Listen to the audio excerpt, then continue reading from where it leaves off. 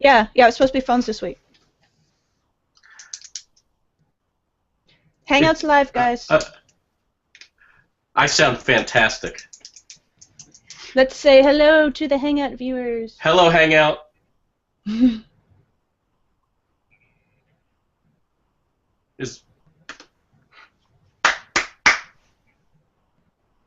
Yes. Okay.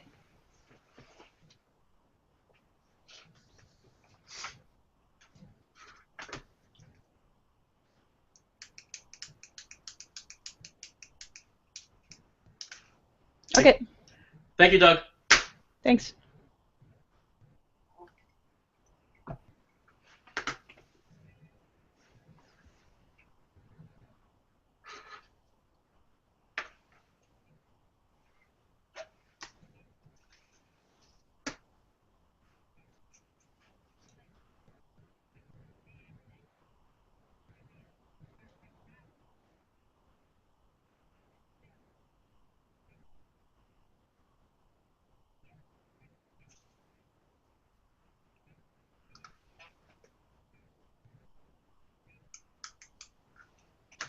And welcome to the Political Fix on this Wednesday, September 3rd, a surprisingly balmy day here in Las Vegas. I'm Heather Vale, and I'm here with my co-hosts, Jay Amernick and Rick Raddatz. Jay Amernick is a strategic planner who helps his clients create and implement plans, goals, tactics, and benchmarks. He's also the bridge in Nevada for Israeli companies who want to expand their businesses in the U.S., and his development labs create smartphone apps and inventions. Rick Raddatz is a serial entrepreneur and internet marketer with a degree in philosophy. His political development's called The Solution, and that solution is to cap and prioritize government spending. I'm Heather Vale, otherwise known as The Unwrapper. I'm a freelance journalist and interviewer in all media. Welcome to the show. Hey guys, how has your week been? Jay, what's up? Yeah, I've had a an unusually difficult week, but we don't need to go into that. Yeah, I had to put my my cat down on Sunday night, so I heard. It was very difficult. Yeah. But other than that, it'll take time, and we will move on. And I won't be a downer on today's show, I promise. And we won't hear her meowing anymore, but in spirit, she's still with us. So. Yes. Yes. Yeah. How about you, Rick? How's life in Colorado? Good. Went out to a wedding in Wisconsin, and then just got back yesterday night. So. Did you wear a cheese head when you were in Wisconsin? No, that's only at the Packer games. Okay. I thought they just walked around with cheese on their heads. Yes, some do, maybe in parades, but normally it's the Packer games. Okay, cool. So, before we get started, Rick, why don't you tell everyone exactly what this solution is that I mentioned? Yes, the solution, again, is to cap and prioritize government spending. And if you're on the political right, you're going to love the cap because it forces government to grow a little bit slower than our economy every year. But we can do that while also maintaining the purchasing power of government money. And if you're on the political left, you'll be happy that by constant prioritizing and reprioritizing of how government spends its money, we can guarantee constant improvement in terms of how we're helping people and who we're helping. And that's the proper pursuit of social justice. So what cap and prioritize does is it guarantees constantly shrinking taxes as we constantly improve fairness and social justice in America. And so that's why it is the solution for the left, right, and center. Okay. Is it just me, or is Rick breaking up? He is breaking up a little bit. Am I breaking up? Okay. A little bit. Man. Doug's working on it. All right. He so is. He Doug texted me. He's working on it. Why don't we have Doug fix that while Okay. I tell you guys what the top story is? Yes. Okay. So this is not something you would have guessed to be the top story. It's kind of related to Vegas, but it's the other side of the country where they also have casinos. Gamblers at 2 Atlantic City casinos got in their final bets over Labor Day weekend as Revel Casino Hotel and the Showboat Casino Hotel became the latest victims of Atlantic City's drastic slide. So Atlantic City started the year with 12 casinos, but they'll only have 8 before the summer's over. Trump Plaza received final state approval on Tuesday to close on September 16th, and the Atlantic Club closed in January.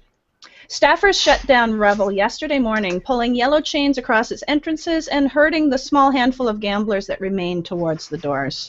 The casino broke ground just before the Great Recession. It ran out of money halfway through construction and had to drop its plans for a second hotel tower while scrambling for the remaining $1 billion or so needed to finish the project. When it opened, Revel was so deep in debt that it couldn't bring in enough revenue to cover it. The Mardi Gras-themed Showboat shut down on Sunday after 27 years on the Atlantic City Boardwalk. It was one of 4 casinos in the city that was owned by Caesars Entertainment, which we know well here in Las Vegas. One of the final songs piped in over Showboat's loudspeakers was, appropriately enough, Queen's Another One Bites the Dust. So, Jay, what are your thoughts? Yeah, well, since I'm intimately involved with economic development here in Nevada. I'll give you the good and the.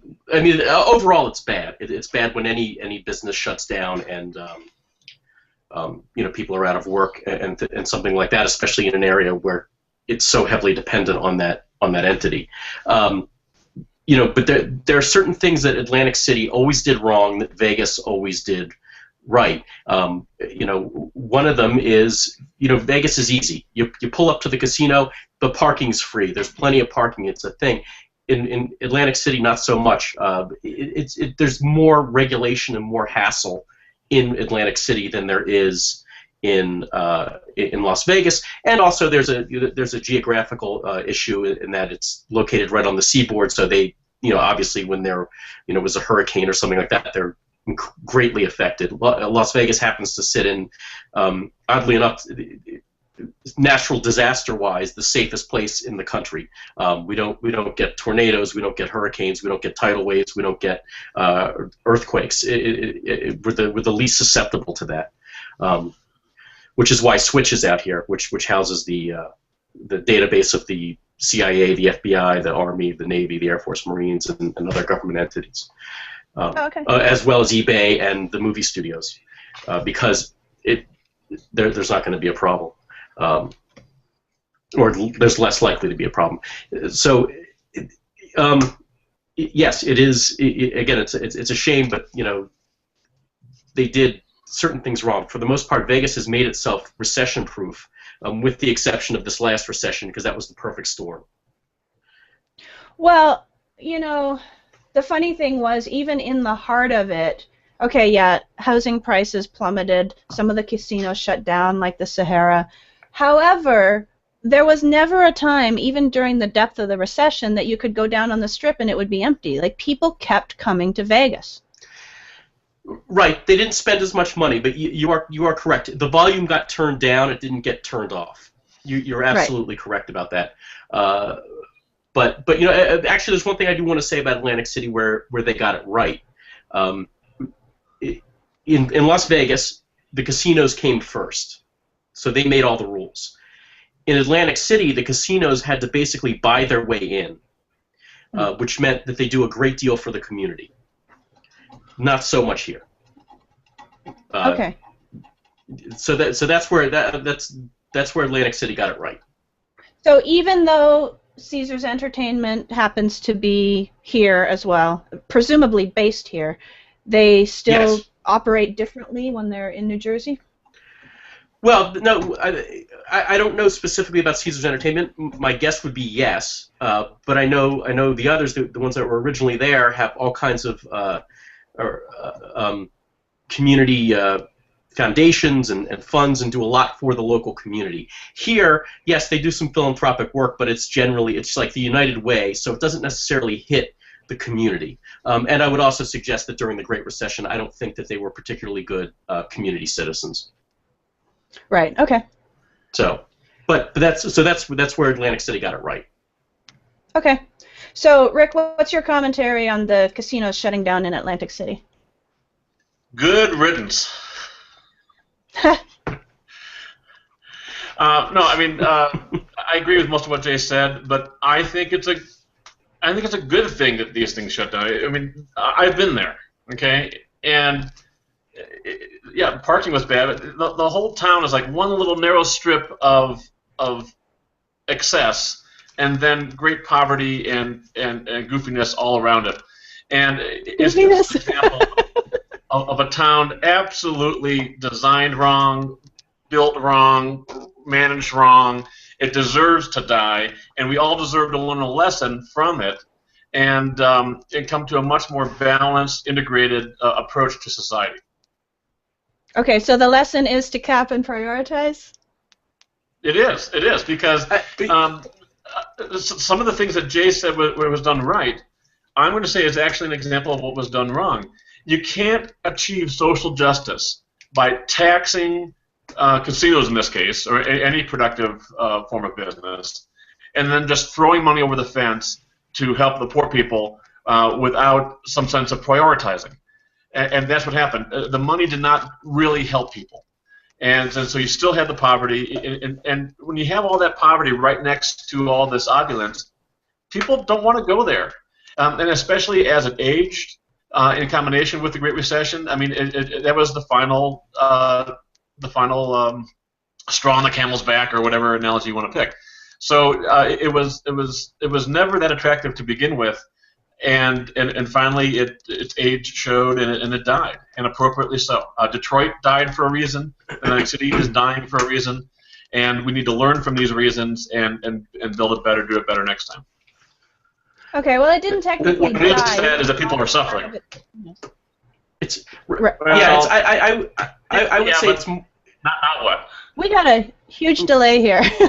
no. It's more into not dying, but it's more like gardening, right? Where they're called suckers. It's like a branch that's not bearing any fruit, but it's like it takes oxygen, it takes the plant food, it takes the water.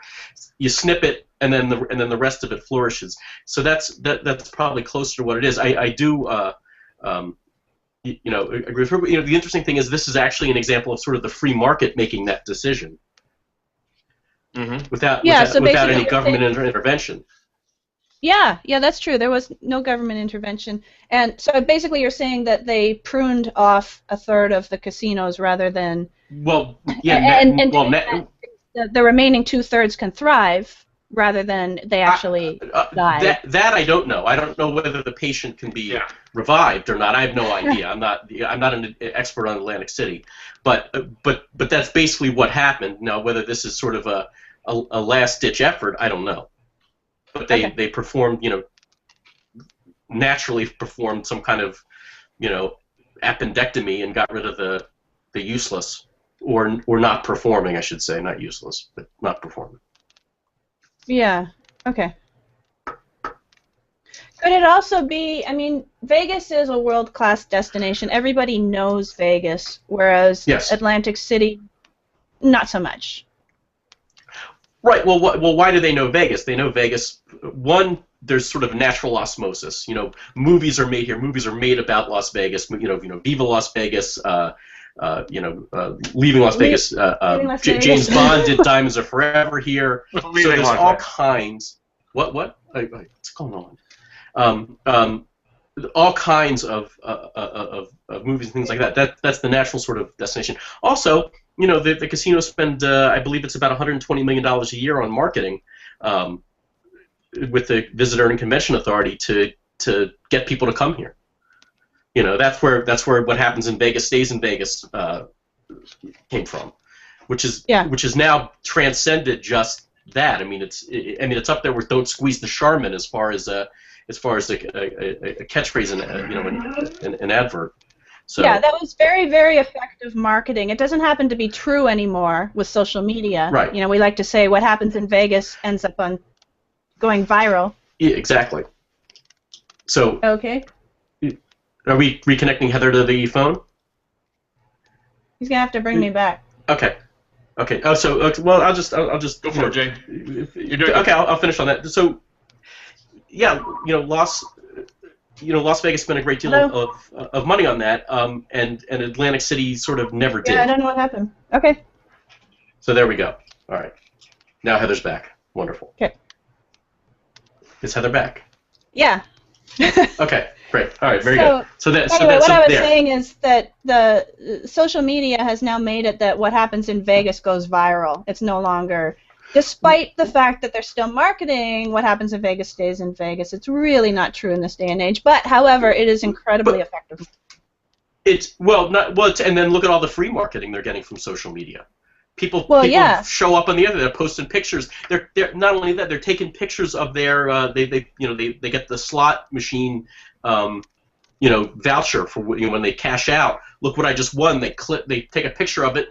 They say I'm at wherever, Caesar's Palace, and it's and then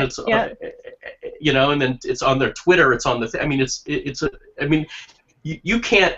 I mean, that's a testimonial that you can't buy. Yeah.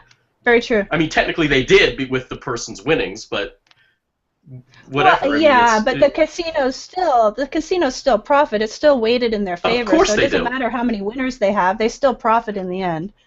So. Yeah, look where they live and look where you live. I mean, that's if all our houses looked like the Bellagio, the Bellagio would be out of business. So.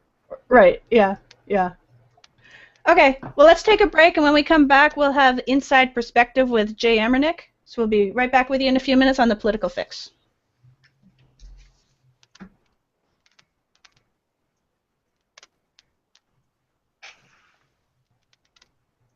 Okay. Is Rick frozen, or is he? So there who's he on is. the phone? Okay. Who's on Skype? I'm on Skype. I'm on phone. But Rick, you're way delayed. Like, you're talking 5 seconds behind us. Are you calling us from Afghanistan? Let's see.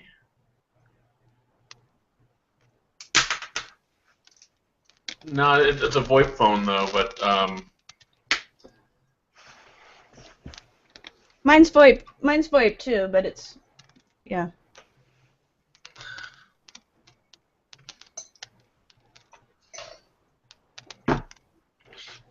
the moon.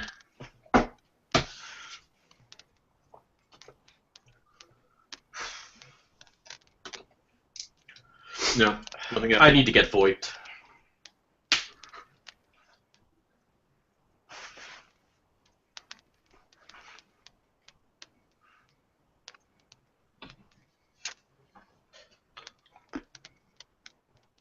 Do you want to try connecting Rick again?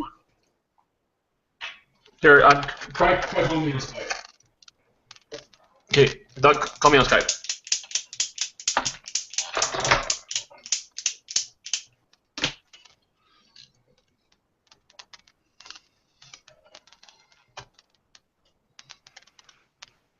There he is.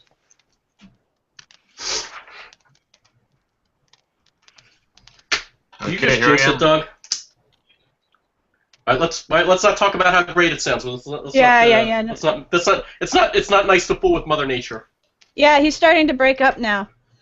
That's another ad campaign that was very good. It's not nice to fool with Mother Nature. Not nice to fool with Mother Nature. Yeah. Dana Dietrich. That was the actress who played Mother Nature. Okay. However, Very famous what character was actress. the What? Okay, actually, save it. I'll say this when we get back. Okay.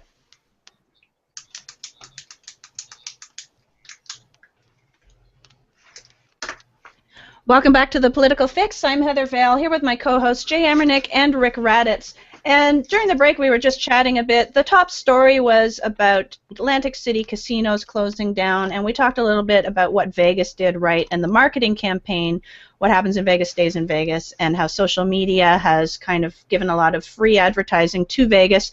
But during the break, Jay mentioned another great advertising slogan, which was, "It's not nice to fool with Mother Nature." And I remember the ad, but I cannot for the life of me remember the product. So therefore, Margarine. Margarine. Yeah. Really? It was for margarine. I would not have guessed that.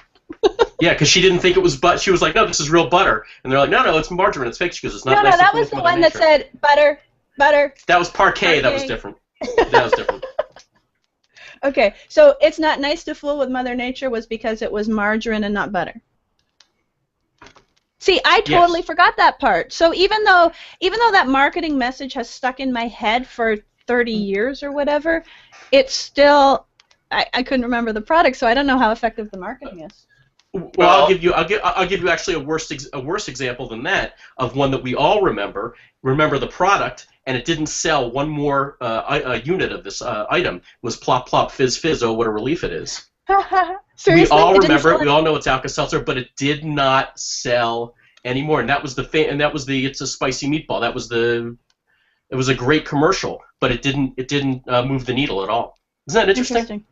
Yeah. Yeah. Very interesting. So sometimes. Yeah. All right. Yeah. Okay, so let's get into Inside Perspective with Jay Amernick. This is where we hear the insider perspective on politics, because Jay Amernick has a background working in politics. So go ahead, Jay, take it away with the Inside Perspective. Thank you. It has nothing to do with the top story, I must tell you. Okay. And it is this. Foreign aid goes hand in hand with cap and prioritize. What does? At first, what? Foreign aid? Did you say foreign aid? Okay. Yeah, the foreign aid package the United States gives to many a country every year. And first of all, let me dispel a few myths. One, it is only 3% of our entire budget. Okay, and yes, I know we are in some, financial problems right now, but we get more bang for our buck with foreign aid. And here's how it works. Before everybody thinks we're writing a blank check to some dictator, in some emirate in the Middle East. That's not how it works. How it works is, and I've read the bill. It's 900 pages long. Wow. And oh yeah. Well, I skimmed over a lot of it because a lot of it was, may as well have been written in Russian. But the bottom line is this. Here's how it works. Let's just say, we want to give $10 million to Jamaica, for instance. We do not write them a check and say, have at it. What we do is we say, this is what we're giving you. What would you like to spend it on? They have to come back to the United States and say, we want to spend it on A, B, and C. Okay, the U.S. approves that. Then 75% of it has to be spent here in the U.S. or on U.S. companies. So it's a stimulus package, and it increases our influence in these countries for a lot of reasons. One, ultimately these projects will create less poverty. Less poverty obviously equals less turmoil, and less turmoil is exactly what we're looking for, because that then gets us to the business at hand of cap and prioritize. When they're not worried about how they're going to feed everybody and clothe everybody, and they have clean water and things like that, then we can get down to brass tacks, as they say. Okay. So Rick, what are your thoughts on that correlation? Rick? Yeah, I don't quite see the. Well, let's see. I'm going to say that this is an early larval form of cap and prioritize, where the budget's capped, and we're not just throwing it over the fence, and we are asking for some assurance that good results will happen. The 75% of foreign aid requirement that it be spent on U.S. products and services, I was not aware of that. I'd like to learn more about that. But here's the problem. When you talk about foreign aid, I don't see the prioritizing in that model. And actually, the requirement, if it is true that 75% has to be spent on U.S. products and services, that's actually a limit on how much good that foreign aid can do, because they should be buying products and services at whatever is best for them if it's true foreign aid. Now, diplomacy is a big, messy thing, and nothing's ever perfect. So I don't know enough to fault anyone here in the design. But what I would suggest is the ideal that we're going to be moving towards is where countries. It's more of the IMF model, where countries that have money are pooling resources, and there's prioritization across the globe in terms of which investments in which countries can help the global situation, and it's kind of a different level of foreign aid. So I think in a sense there's these two different levels. One is helping an individual nation, but the other is kind of prioritizing the humanities priorities across many governments. Right. It's sort of the ultimate teach a man to fish concept, because what they will do is they will build roads, infrastructure, things like that, increase it. Thus, that creates more jobs for for the local economy once the U.S. is out of there, having administered the road project. And it's mostly material and things like that they will get from the U.S. They will mostly hire local workers to build it. Mm-hmm. So it creates jobs in the U.S. It creates jobs in whichever country we're giving the foreign aid to. Plus, there's also a lot of R&D that goes back and forth. Mostly with Israel, actually, there's a whole lot of R&D. Okay, and but things that will. I can't imagine that it's the most cost-effective to get the materials from the U.S. You know that I'm not an expert on construction, so I have no idea.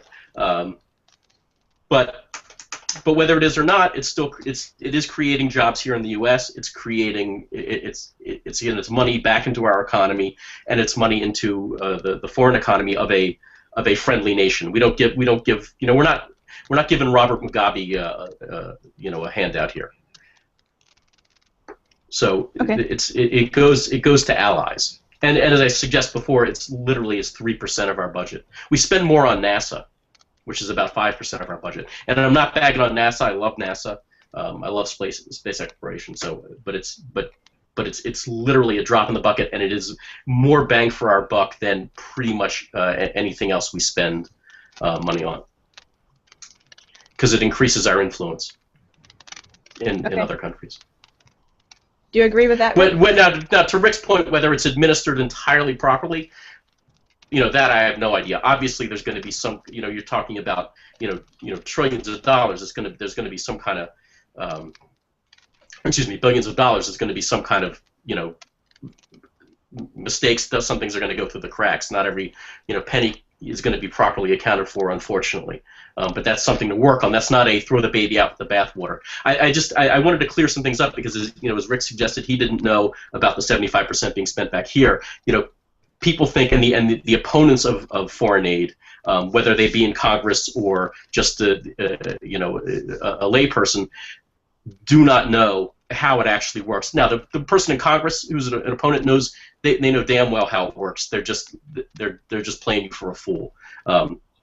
It absolutely works because it's easy enough to say. And I saw memes all over Facebook. Why are we giving all this money away? It's like, no, we're not giving it away. And I love when I would see it coming from like Kentucky, where the Arrow missile system is made. The reason the Arrow missile system is made because it's a joint project between the U.S. and Israel. There are jobs in Kentucky because of foreign aid. There's less poverty in Kentucky because of foreign aid. The next evolution, and this will take a while, but after Cap and Prioritize as a reform starts to be shown to work, is instead of requiring 75% purchase of American resources and so on, what I see is a transition to a requirement that, yes, will help you out, but only if you cap and prioritize your budget. So that, in a sense, we're requiring them to get more mature politically, and that's going to create better allies. That's kind of, let's call it version 3 of foreign aid. That's yet to come. Yeah, no, Rick's exactly right, and this, again, this bill evolves every year. They don't just, take out the old thing, blow dust off of it, cross out 2014, put 2015 on it, and say, here, let's pass it again. There are many things that get changed and augmented throughout the year. Sounds like foreign aid is actually better managed than internal aid. It's actually, just by the nature of the bill, and the structure of it. Because I've read other bills and they're not very easy to read. First of all, foreign aid, they don't put, as we would say in Yiddish, they don't put a lot of schmutz in it. It's literally just foreign aid. There's no pork. There's no anything like that. And again, the congressman from Kentucky doesn't say, well, we're going to give aid to Israel only if you keep the Arrow missile system up. That's not an issue. It does not get that specific. So it's actually a fairly, as I've said before, there's no such thing as a perfect piece of legislation, but it's this one's pretty clear cut. It's just long as the dickens. Interesting. Okay, so let's take another quick break, and when we come back, we'll talk a little bit more about this, and eventually we'll get to Rick's rant. So we'll be right back with you on the Political Fix.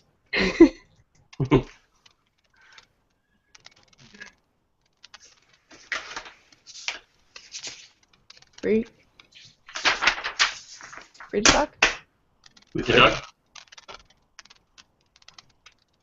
Oh, we're clear. Okay. Hey Doug, can you call me back on Skype? Something's wrong on my end. Doug?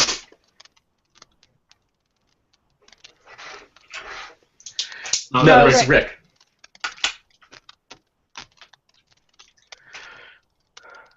I'm bringing Ricky back. Right here, right now. Okay, testing 1, 2, 3. Can you guys hear me? Oh, the hell's all this? Weird. My headset goes. The volume goes off when I switch back to Hangouts. Huh. Okay. Yeah. Who's Hand's driver? Okay, we're ready.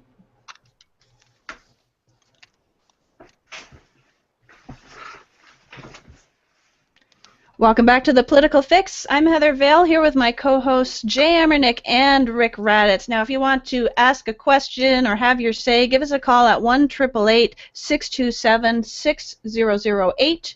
That's 888-627-6008. Before the break, we were talking about Jay's inside perspective, and he was talking about foreign aid and how that's an effective model that shows us what cap and prioritize could mean. Guys, do you have anything else to finalize on that discussion? Nope. No. I'm ready for a rant. We can't rant yet. There's no ranting halfway through the show. I'm still ready for it. I'm ready for it. Okay, Heather. Seriously? Okay. Take the show away. 15 minutes. Go, Heather. Let's change it up. Let's change it up, and let's have Rick rant now, and we'll spend the rest of the show talking about his rant. Go for it, Rick. What were we supposed to do? Well, I can rant twice. That's not a problem. Oh, okay. Are you asking for a topic then? I don't know. Here's the deal. My rant today is about libertarians. Okay, libertarians, and specifically, I hate it when libertarians say that government is immoral because, if someone held a gun to your head and took your money, that's theft, and that's clearly wrong. But also, people voting, people voting to take your money is also theft. And in some dreamy land, unicorn land, utopia land, maybe that's we would all just get along. But the truth is that when we come together as a nation, it's for a real clear reason, to protect ourselves from each other and also from other people outside of our nation. Okay, and that kind of protection. We also want to protect ourselves from politicians, the politically ambitious, that would just take over our country and use it in all the wrong ways. And so we need to protect ourselves from, again, individuals, politicians, and foreign entities. And that kind of protection requires collective resources. We all have to come together and pay our taxes and have the right to vote so that we stop dictators from taking over. Now, if you're going to have all that stuff, and you're going to have that much government, it is unavoidable that some people, because they're not angels, are going to use their power to vote themselves money, okay, and to vote other people that they like to have some more money or whatever, okay, and so people voting to take your money, that is unavoidable if we're going to have the infrastructure of government to protect ourselves from individuals, politicians, and foreign nations. And so we do need to protect ourselves from voters going too far. That's why we need to have a cap. And we do have to use those resources as wisely as we can, which is why we need to have prioritizing. And we can have a vision of government that, like we said earlier, maintains its purchasing power, but by doing so allows taxes to constantly shrink because the economy grows faster. And we can, within that framework, have a government that gets better and better at helping people because we're finding better and better ways to use that purchasing power. So we can trend towards some ideal. We can get better by any measure. And that is pragmatic libertarianism. But to all the libertarians that just say, government is immoral because it steals, okay, you don't have a clue. You're not thinking. It's unavoidable. It's unavoidable because of the real world. So that's my rant. Okay, so just to clarify, is the libertarian viewpoint that we should have zero government or just less government interference? Well, there are many different kinds of libertarians, and I try to make it clear in my little rant there that pragmatic libertarianism is A-okay. Okay, you want maximum freedom, and you're willing to adopt cap and prioritize in order to get the kind of caps that you want. That is pragmatic libertarianism, and that is great. But to all the libertarians who think that government is immoral because it exercises the use of force in collecting taxes that you don't approve of, sorry, you don't live in the real world. Okay. Yeah. Right, and this goes back to the inside perspective from it was 2 weeks ago, which is I have zero tolerance for zero tolerance. When people are so ideological that they get this thing written in stone, such as Rick suggested, government's immoral. It's pure nonsense, and it stops a dialogue, and it will not allow us. It makes us stagnate. It will make us not move forward. Can I throw in a little philosophy lecture here? Just sure. Yeah, just a little one. Just a little one. Let's kill some time here. Okay. Imagine the ideal world. The ideal world. Okay, perfect peace, perfect prosperity, perfect government, perfect voters. I mean, if you keep thinking about what would it really look like to have everything be perfect, ideal. Okay, ideal is a really big word. If everything be ideal, it almost is like we all become machines because we're all thinking alike, and it almost becomes nothing in a way. Okay, we all become, we lose our free will and all the differences. Vive la différence, right? We lose all of that at the ideal. So this concept of the ideal is just weird. It's just weird philosophically. It's actually what physicists might call a singularity. It's a point at which, you can't cross into that point, or at least the laws of physics are not the same if you do. And I say that because a lot of what makes idealists on the left and right screwed up in their philosophy is they imagine something at the ideal where it's perfect fairness or perfect freedom, and they say, well, if it's perfect freedom, then this and this and this can't be good, and then they work backwards and they try to force everyone towards this ideal of freedom, not understanding that at the ideal, all of these concepts get mixed up and meshed together and become the same. Ideal freedom is ideal fairness, is ideal peace, is ideal prosperity. It's all the same in the world of idealism. And so and that's pretty much why you should ignore every other political philosopher besides me. because even the greatest political philosopher of the last century, John Rawls, okay, no one knows him outside of academic circles, but his whole thing was that justice is fairness. Well, yeah, in the ideal, justice is fairness and freedom and prosperity, and it's all the same thing. So he didn't prove anything. He just proved that at the ideal things are equal. But, so at the ideal, cap and prioritize is ideal. Well, but here's where it won't be ideal, because things won't be perfect. You're still going to have to argue about what are the priorities are always going to change. Once we solve one problem, we're going to have to move on to something else. Yeah. Which would go into the concept of either you're green and growing or you're ripe and rotting. Ideal would be ripe and rotting. It means we solved everything, the puzzle's done. Now what? Okay, and that's when we get lazy and things fall apart. Or if we work backwards, let's imagine again we're in the ideal world, but we say, you know what, we want a little bit of disagreement in that world so that it's more interesting.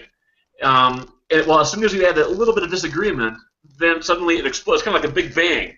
Then we disagree about this, we disagree about that, and I want my freedom. And suddenly all of the problems burst into existence, and it actually becomes the opposite world without structure. And so the purpose of political philosophy, if it's done right, is not to pursue the ideal. It is to have the best possible government given the goofy world that we live in. And that changes, of course. So, there's always going to be a debate.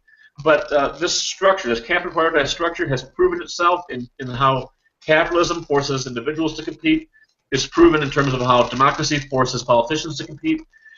It's proven in terms of how how defense and diplomacy make foreign nations think twice about how they use their resources. And so this idea of forcing things to think twice or to really consider the results of their actions, that's what capital prioritization is all about. And it actually is going to help us move towards the ideal, something that we'll never reach, but we can still pursue it as long as we are realistic. Okay. So you're drawing a distinction between ideal and best possible, with ideal meaning an unattainable perfection. Yeah. Okay. Jay, what are your thoughts? Right. Yeah, to quote The Breakfast Club, we live in an imperfect world, and screws fall out all the time. So, again, it's always going to be something we're working on. Yeah. It's funny. We as humans, if you look at sort of what we've done and what we build, it's actually sort of the opposite of nature, right? We take wood and we build houses that are of a square shape of some sort, right? Rectangular square. Yet the tree that it grew from is this twisted and knotty thing that's completely like imperfect from our perspective. So we sort of try to shape nature to follow that. Not to get philosophical here, because that's not my milieu, but that's kind of what we do, and we're always going to be trying to do that and keep that balance with nature. Obviously, we don't want to have a house that's completely knotted and twisted. That just doesn't make sense for how we operate. Yeah, I happen to think that there's perfection in imperfection. So something is perfect based on its imperfections. Well, or beauty in it. I mean, certainly, yeah. Like a tree, it's like you look at it and it's stunning, it's beautiful, but it's not a perfect shape. Well, it's perfect to me because it is what it is. Just like people are perfect, regardless of the fact we all have strengths and weaknesses.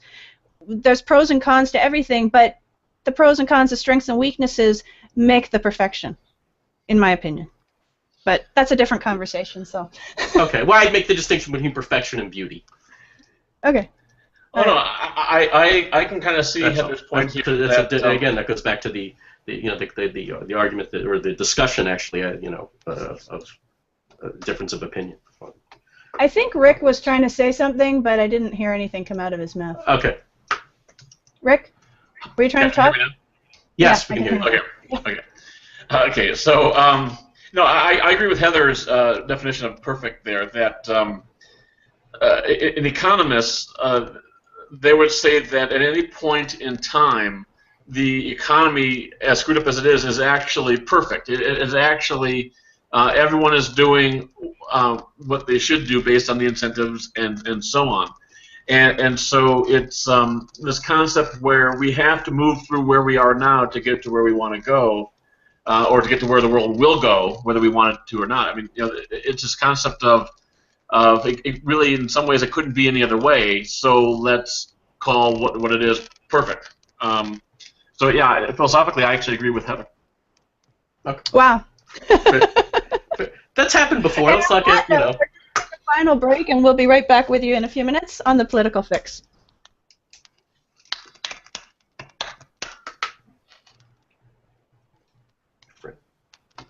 Clear. Okay. Cool. Okay. I hate Skype. The issue is, well, clearly that they're not going to be a sponsor of the show. that fuzzy background noise brought to you by Skype. Okay. I think their deal is that they've gotten a little bit too big for their britches. Like many other programs that have this great service when there were 100,000 users, and now that they're probably like 100 million users, they don't have the bandwidth to. What? It's Microsoft. I thought it's yeah. So they're probably trying to not build it and make it and move it to a premium model, which never works, by the way. You have to start premium and work your way back. You can't offer something for free and then all of a sudden tell people they have to pay for it unless you're in the business of trafficking heroin. That's the only time where you give a free sample and then all of a sudden you jack up the price. Yeah. Their feeling is that it would, well, the reason it's terrible is because you're not paying for it. What was that, Heather? Do you want to rant again, or about something else? Yeah, let's do an impromptu rant. I'll let Jay pick a topic and I'll rant on it. Okay. Yeah, let's do that. God. Okay. The rant challenge. Okay, we're ready, Doug. Whenever. Jesus, I'm not. All right, let me think about this.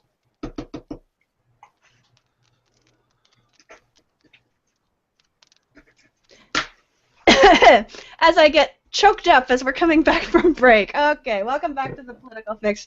I'm Heather Vale, and I'm here with my co-hosts Jay Amernick and Rick Raddatz. Before the break, we were talking about a variety of things. Most recently, I totally forget what we were talking about.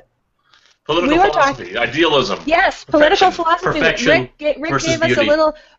Yeah, we were talking about perfection, the definition of perfection. We were talking about idealism, and of course, we were talking about capping and prioritizing and how that fits into working people towards the best possible solution without going for that unattainable ideal. Now, Rick has this little game that he likes to play. We know that Rick likes to rant because we have a regular segment called Rick's Rant, which you just heard. However, Rick also likes to do little improvisational rants. Now, if you've ever watched improv, even on a show like Whose Line Is It Anyway, you see that the improvisational actors will take suggestions from the audience and then they will perform a skit based on the suggestions. So Rick is going to do a rant based on Jay's suggestions. All right, take it away, guys. Yeah, initially I was going to choose technology, and I realized you did that, I think, a couple weeks ago. Am I correct? Maybe. No. Okay. Yeah, I believe so. Anyway, here's what I pick. I'm picking science fiction. Science fiction. Okay. Science fiction. Well, this isn't related to cap and prioritize. Do I have to relate it to cap and prioritize, or can I just rant in general? These are your rules. Do it, and I'll see yeah, if I do it and see if I can relate it afterwards. Yeah. I don't know if I can. Yeah, you know what? Okay, I'll relate it to cap and prioritize. Something I hate about science fiction is that in the future, it's always dystopian. Okay, it's always some broken future in some way. I guess they needed that because of drama. But if you look at the trend line of human history, okay, from being in the trees to walking in the plains to discovering tools and eventually agriculture and cities and politics and technology and capitalism and all the things we've discovered over the years, life is getting better. We are living longer. We are living better. We are solving problems. Just the average human lifetime is 80 years. Okay, so that means that just 3 lifetimes ago here in the U.S. we were fighting for our independence, our basic freedom. Just under 2 lifetimes ago we were fighting to end slavery. Okay, another type of freedom. Just over 1 lifetime ago, women won the right to vote, okay, for the first time in this country. And so now we're fighting about budgets and how we can help people best within budgets and how to cap that budget. And so people who are, depressed about the current state of things, wait, take a longer view. Things are getting better. And so back to science fiction, all these dystopian futures, I'm sorry, that's not the way the future is going to be. The future is going to be better and better and better unless we blow ourselves up. That version of the dystopian future, I think, is actually the most credible, that some nuclear war happened and we've got to start from scratch. That could actually happen. But aside from that calamity, the gentle progress of humanity will make things better and better and better. Okay, but what if global warming kicks in and we end up all fried? Well, I was going to say that the one natural disaster that Las Vegas does have is sunburn, and Jay is a good example of that. The possibility of hitting an environmental brick wall is a possibility, and I think the political left is wrong to be so alarmist about carbon production, but I think the political right is wrong to totally dismiss the issue out of hand. I think the truth is we don't know what type of global environmental catastrophe we're actually causing with our population, with our consumption.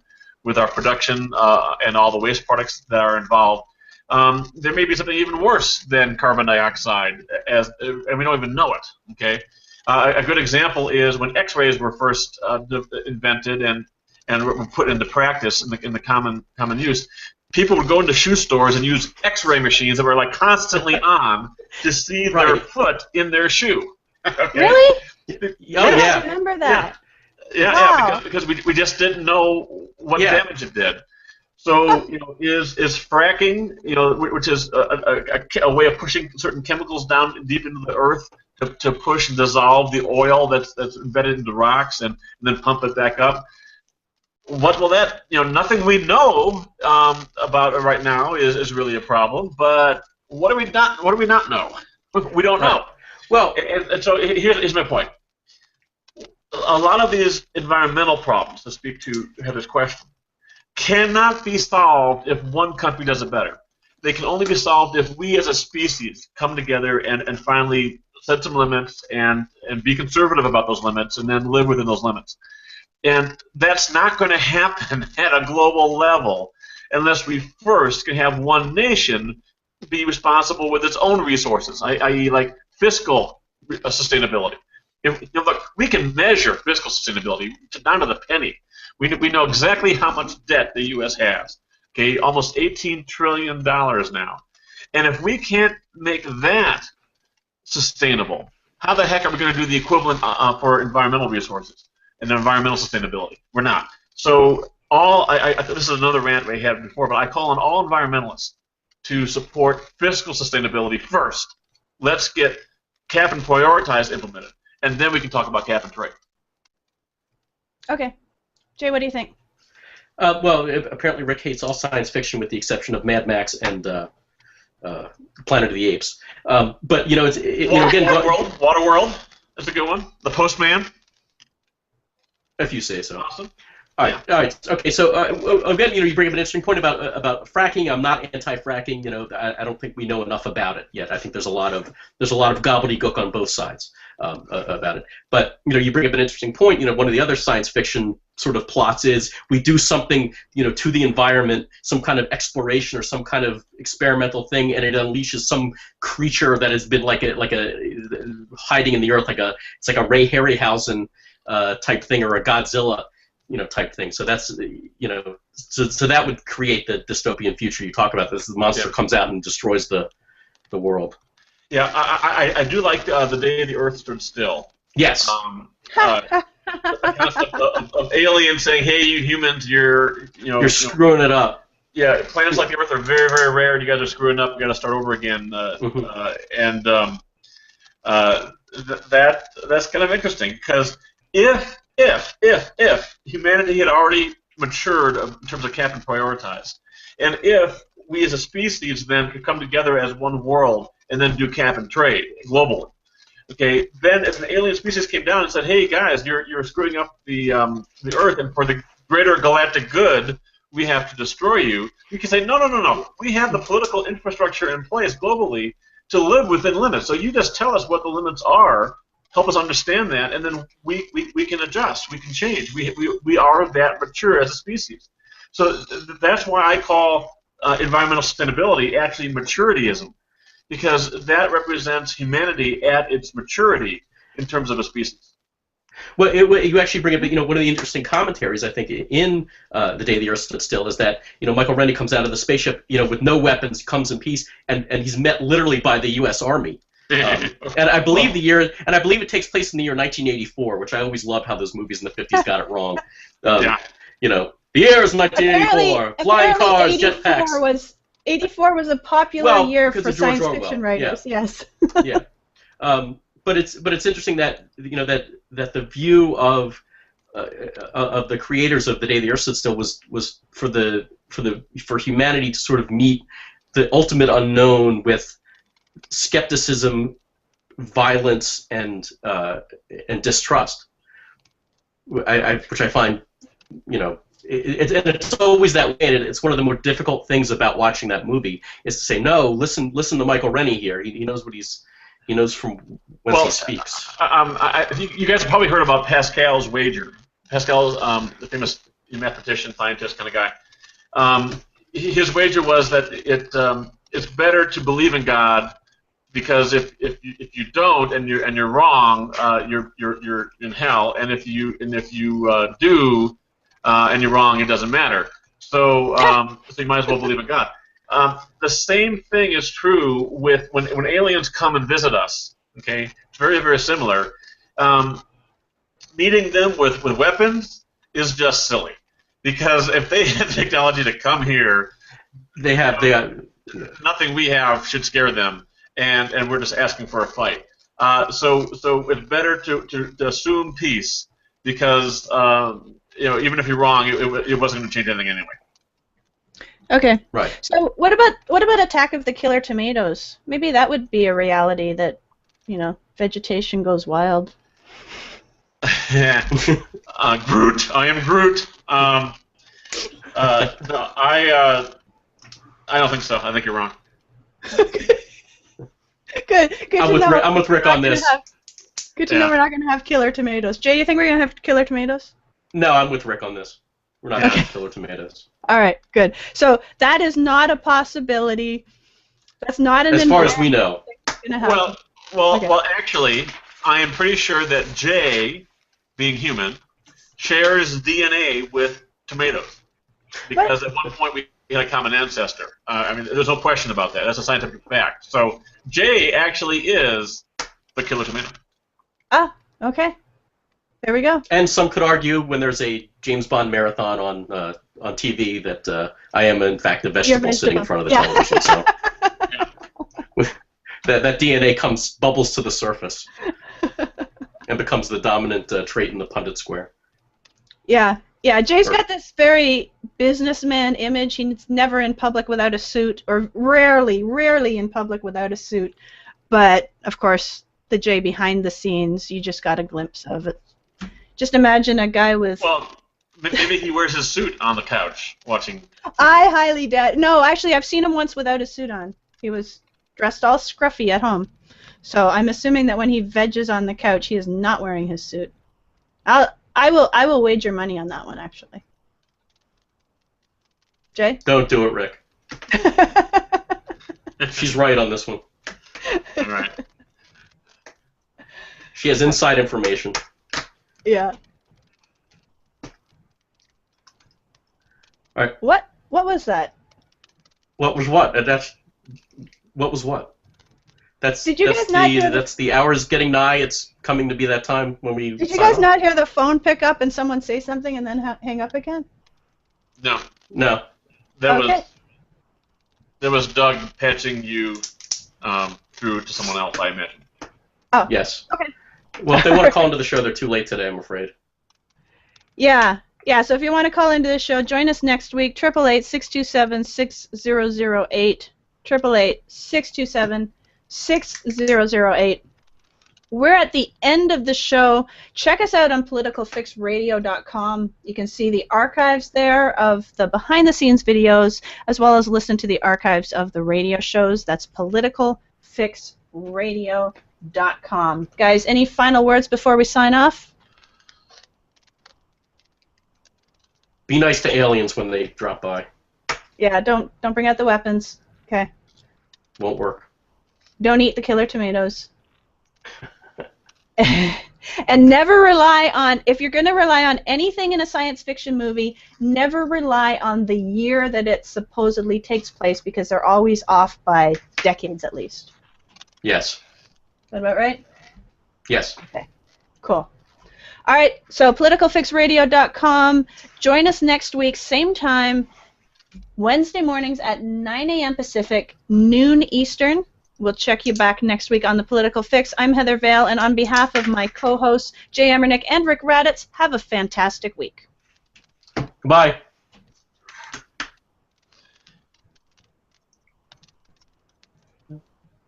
Very good. I'm the only one on with Doug anymore, I think. Or is Heather on with the... No, I hear Doug. Okay. Hey, guys, I have a format change idea for you guys for next week. I couldn't hear what you said, though. Can you hear me on Hangout? Yeah, I can hear you on Hangout, Rick. Okay. I'd like to hang on after the show here. Okay. And so now I know what it is. Just we'll talk to you. Okay. I guess a little louder next time, so then I know it's you. Okay. Okay. Cool. Heather? Thank you, Doug. Yeah. Okay. Thanks, Doug. Bye. Okay. Hey, guys. Here we are on the. So Okay. Rick, go ahead, Rick. Wait, well, I have a format proposal change idea for next week, but we should probably end the hangout first. Let's sign off. Let's sign off the hangout first, and then we'll talk about the proposal idea. All right. So, guys, thanks for watching, and we'll be back with you next week on the Political Fix.